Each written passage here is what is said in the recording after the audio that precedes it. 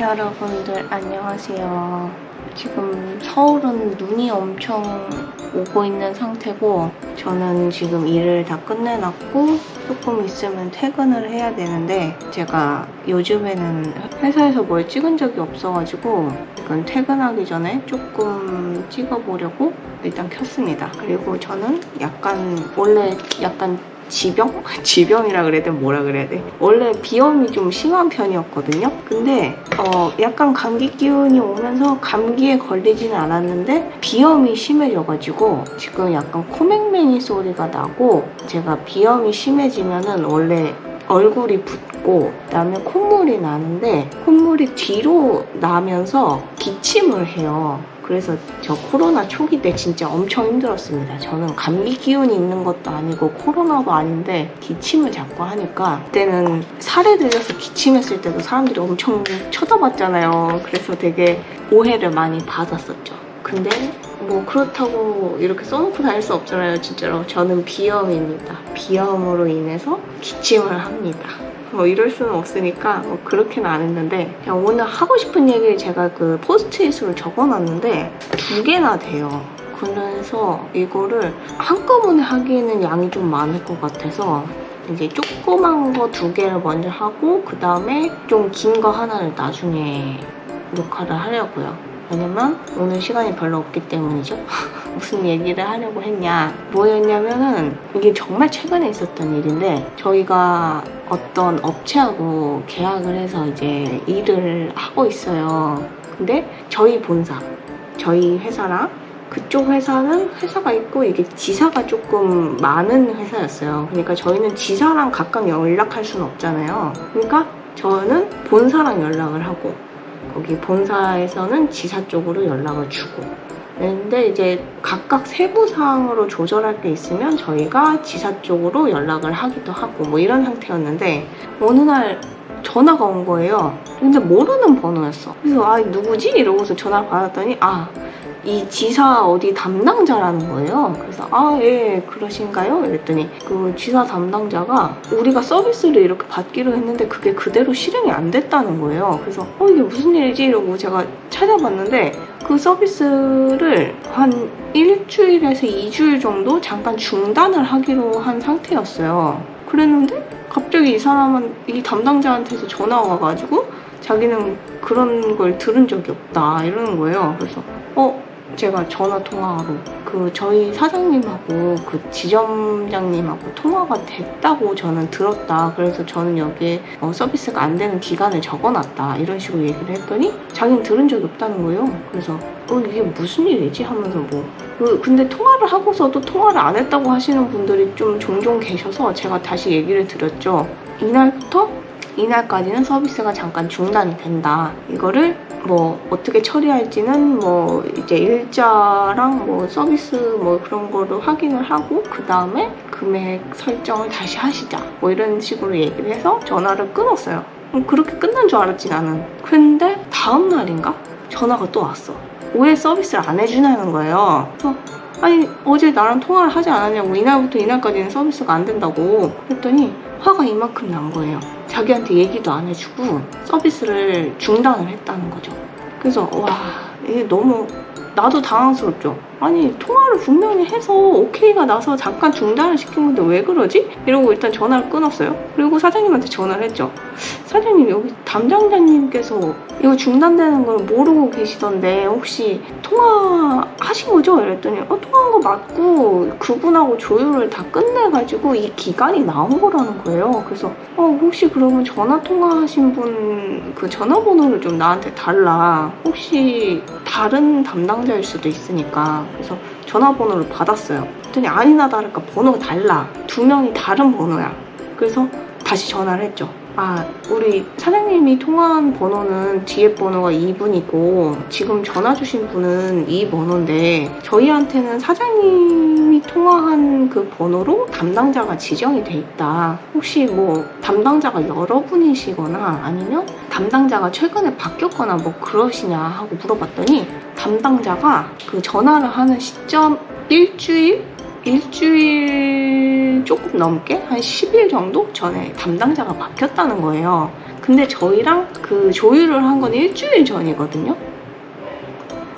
그러니까 이 담당자는 이제 자기가 퇴사를 했던 뭐 다른 지점으로 발령이 났던 이미 다른 곳으로 가기로 결정이 돼 있는 상태인데 이제 그 다음 주와 다다음 주의 일정에 대해서 우리랑 얘기를 하고 우리가 서비스를 잠깐 중단한다라고 했을 때 그 사람이 오케이를 한 거예요. 그리고 퇴사를 했는지 진짜 어디 갔는지 모르겠는데 그렇게 하고 그 사람이 저한테 연락을 준, 그러니까 인수인계를 받고 거기에 담당자로 오게 된 그분한테 설명을 안 해주고 간 거야.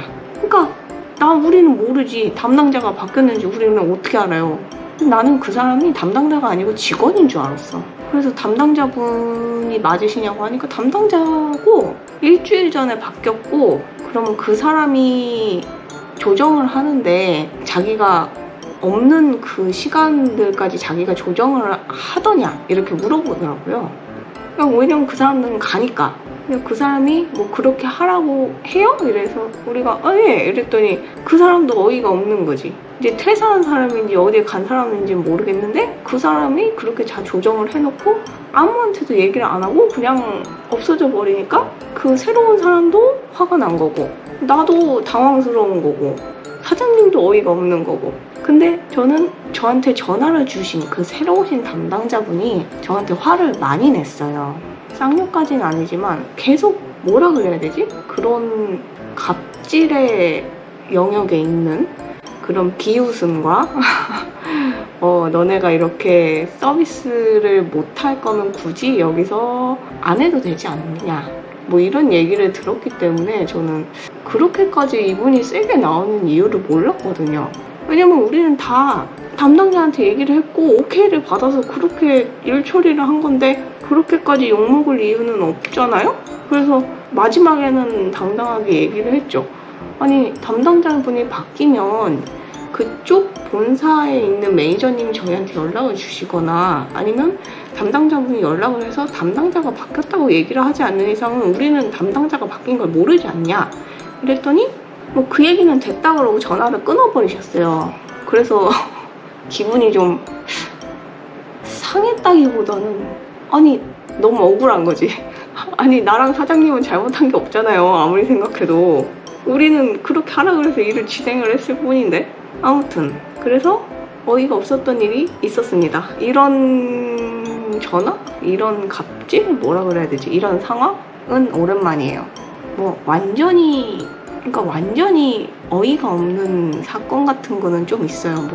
뭐 다들 겪어보시겠지만 뭐 돈을 안 내겠다든지 돈을 안 내겠다 아니면 뭐 내가 마음에 안 들었으니까 뭐 이것도 돈을 안 내겠다든지 아니면 돈을 깎아달라든지 아니면 환불을 해달라든지 뭐 돈에 관련된 얘기긴 한데 뭐 이건 또 새로운 여기에서 일하면서 이런 것도 새로운 경험이었습니다.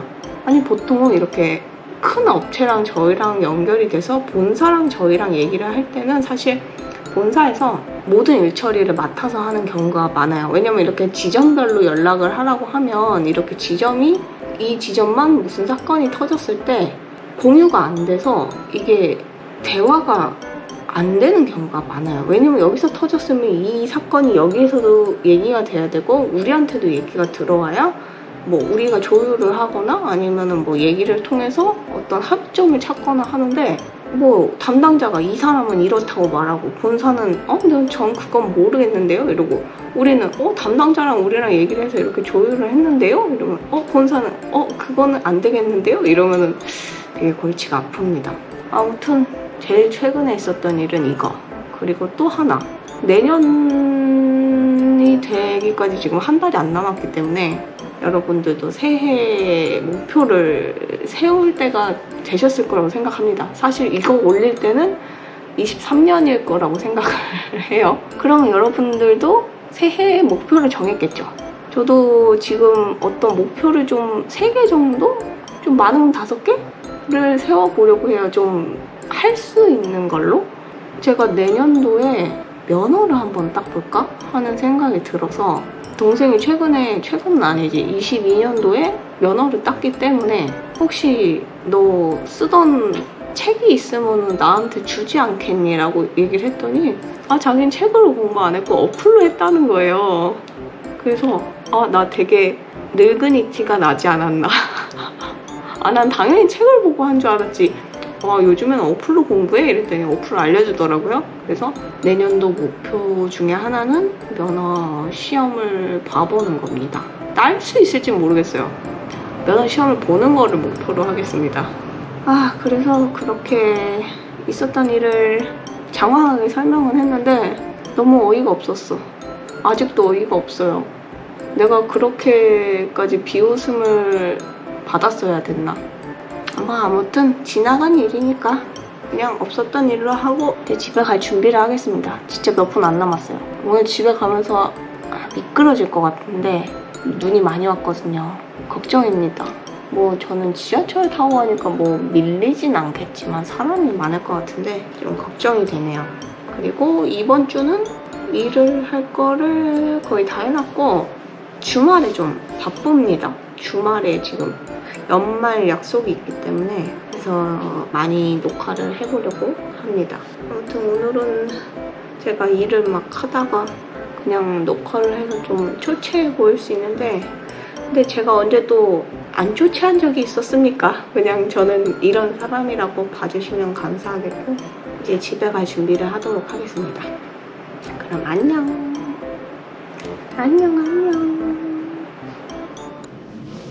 드디어 사용할 때가 왔습니다. 제일 잘 만든 거 가지고 집에 갈 거예요.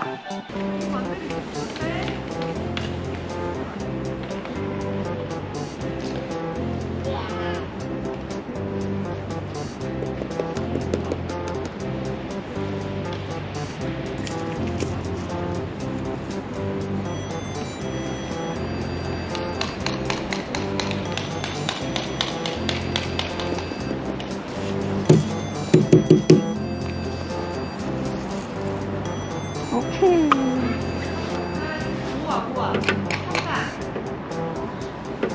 됐다. 손 시려.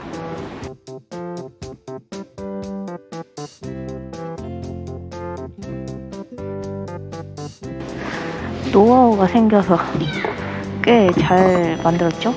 이제 5마리는 여기 놓고 가고 1마리만 집에 데리고 가겠습니다. 얘를 데리고 가겠습니다. 손 시려. 손 시려. 가자, 우리 집으로. 어머, 손가락이 너무 아프다. 손 시려. 장갑을 꼈었어야 됐어. 손 아파. 귀여워. 귀여운데 파괴력이 엄청나다. 나의 손가락을 파괴하고 있어. 짜잔. 짜잔, 짜잔. 관심 없어. 관심 없어? 귀엽지? 5마리 놔두고 1마리 데리고 왔어. 잘 보이진 않지만